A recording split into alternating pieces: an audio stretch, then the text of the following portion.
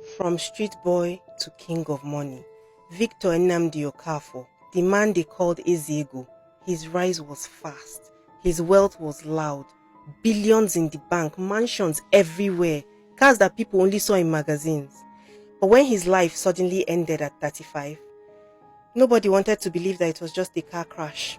The gist was that he had broken a pact with powers that you don't play with. And that's how his name became tied to one of the most feared shrines in Nigeria, Okija Shrine. Sit down, let me tell you his story. Victor was born on Christmas Day in 1964 in Ihiala, Anambra State. His family was poor, he dropped out of secondary school and just had it that he joined a robbery gang when he was young. But then he had to run to Lagos because the heat on his gang became too much. Then in 1989, he arrived Lagos, found a mentor in electronics and in property. And just like that, Ezego started to build an empire. And when I say empire, I mean an empire.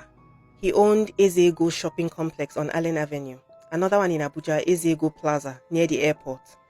His companies, Vic Winners, Ezego Holdings, Ezego Properties, over 10 billion naira in the bank, 70 properties home and abroad, cars worth over 1 billion naira, Lincoln Continental, Mercedes, convertibles, Porsche, Lexus SUVs.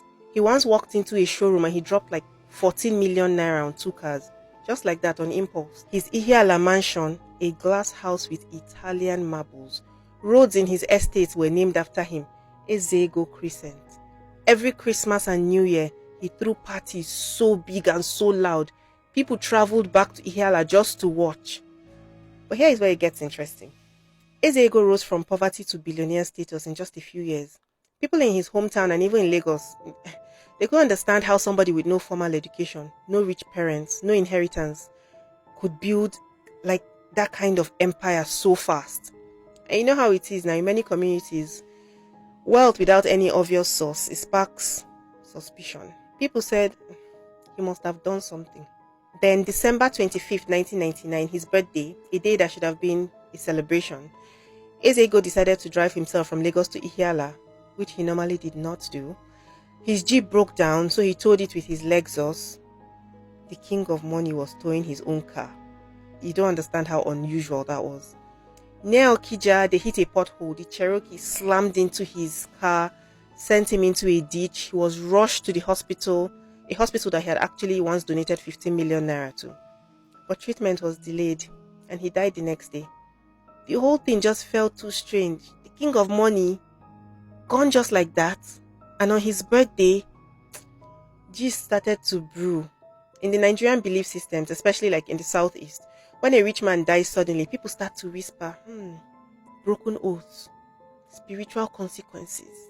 And just like that, Ezego's name became linked to the Okija shrine.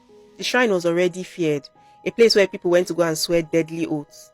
And since Ezego was from Ihiala, and Ihiala is just a stone's throw from Okija, people just said, oh, that's where he must have gone for power and wealth, and that he must have made a pact, and that maybe he broke the pact, and then the shrine collected what was owed.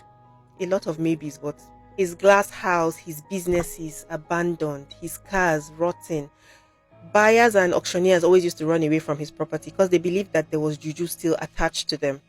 And when the police raided Okija Shrine in 2004, they found human remains. The gist grew. Some people claimed that Ezego's body was among the remains found there. But his family has strongly denied it. They said that there's no proof. But this is just a story that has refused to die. So that's Ezego. From nothing to billions, to a name that still mixes fact with fear. And since the Okija Shrine keeps popping up in this story, tomorrow's video is going to be about that. Okija Shrine, the forest of skulls.